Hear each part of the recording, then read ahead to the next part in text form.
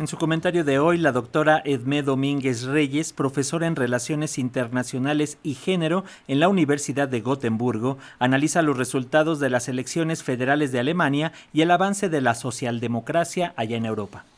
En mi comentario anterior había hablado de las recientes elecciones en Noruega que dieron como resultado un cambio de gobierno hacia la izquierda, después de 8 años de un gobierno conservador. En otro de mis comentarios a finales de julio, hablé sobre la crisis gubernamental en Suecia, que aunque hizo tambalear al gobierno socialdemócrata, no le hizo perder las riendas del poder, por lo menos hasta las elecciones del próximo año. De esta forma, ya todos los países nórdicos retoman la senda socialdemócrata, aunque con mayorías o coaliciones frágiles. Y esta tendencia parece afianzarse con la victoria relativa de los socialdemócratas alemanes en las elecciones de hace unos días, aunque aún no se sabe si el SPD, la socialdemocracia alemana, logrará formar un nuevo gobierno. Pero ¿quién es el líder socialdemócrata que logró rebasar los votos del poderoso Partido Demócrata Cristiano, tanto tiempo liderado por Angela Merkel? Según algunos comentaristas, este líder, Olaf Scholz, se parece mucho a Merkel, aunque sus antecedentes sean muy diferentes. Después de haberse desempeñado como abogado laborista, accedió al escenario político nacional como secretario del SPD en 2002, teniendo cierta influencia en la Agenda 2010 del gobierno de Gerhard Schröder, quien llevaría a cabo importantes recortes sociales al estado de bienestar a partir de 2005. Esto ocasionó muchos debates internos dentro del partido, y Scholz dejó el cargo después de año y medio. También fue ministro de Trabajo en el gobierno de Merkel, que en ese momento formaba alianza con el SPD en la época de la crisis financiera del 2017 al 2009. Durante ese periodo incorporó un subsidio que garantiza a los trabajadores el 60% de su sueldo durante grandes crisis financieras o como la causada por el COVID. También ha sido alcalde de Hamburgo con mayoría del SPD y en un segundo periodo en alianza con los Verdes. En ese periodo llevó a cabo la construcción de viviendas de interés social. En otro gobierno de coalición entre el SPD y el partido de Merkel, Scholz tuvo el puesto de ministro de Finanzas y vicecanciller. Su desempeño una vez más fue de ortodoxia fiscal, endeudamiento cero y freno a mayores inversiones de infraestructura y servicios sociales. Pero la pandemia lo hizo cambiar de opinión hacia una política expansiva de apoyo a empresas, empleados y personal en áreas de cuidado, flexibilizando así el límite de endeudamiento que antes tanto defendía. Durante esta última campaña electoral ofreció ser más estricto con los grupos de mayores ingresos y apoyar el impuesto mínimo universal a las grandes empresas, mismo que el G7 aprobara desde mediados de este año. Otra de las luchas de Scholz es por un salario mínimo de 12 euros la hora, haciendo énfasis en una perspectiva de género que realce el hecho de que las mujeres están sobrerepresentadas en las profesiones de menores ingresos. Al parecer, sus reflexiones lo han llevado a cuestionar la retórica de incentivar solo la competitividad y el mérito por sobre el reconocimiento al valor creado por los trabajadores.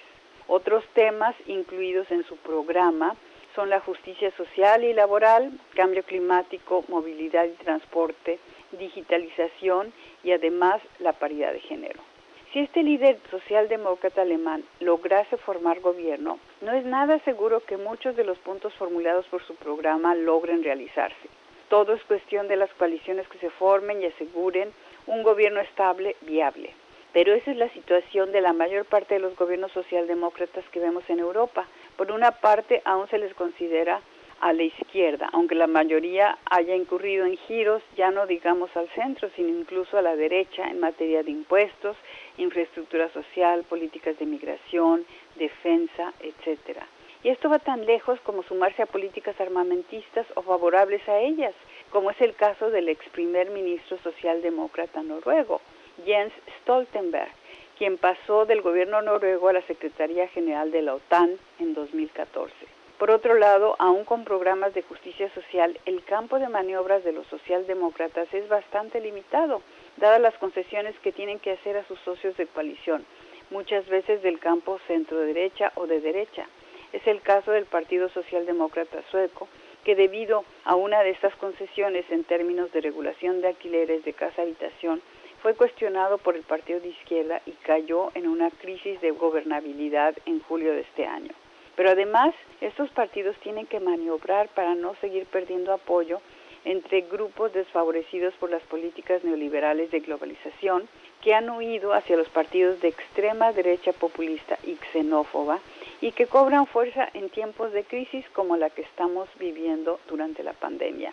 En otras palabras, sí es positivo que un partido como el SPD alemán cobre fuerza y tal vez pueda formar gobierno y engrosar así al grupo de izquierda o reformista de la Unión Europea y de Europa en general. Pero eso no significa que las políticas sociales, las grandes reformas de la época del estado de bienestar, lo que se vivió a finales de los 70 en Europa, vayan a regresar. La socialdemocracia europea se neoliberalizó en los años 80 y 90. Adoptó el mantra de la globalización económica, las políticas fiscales restrictivas, las privatizaciones y la libertad de elección individual por sobre la responsabilidad social del Estado.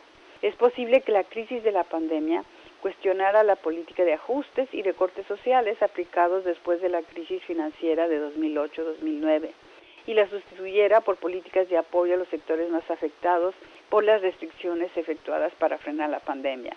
Sin embargo, la creencia en este modelo de crecimiento económico capitalista que pone la ganancia por sobre todas las cosas sigue tan fuerte como siempre y no muestra ningún viso de cambio ni porque el planeta esté a punto de derrumbarse. Será business as usual. Para Radio Educación, desde Suecia les habló Edmé Domínguez Reyes.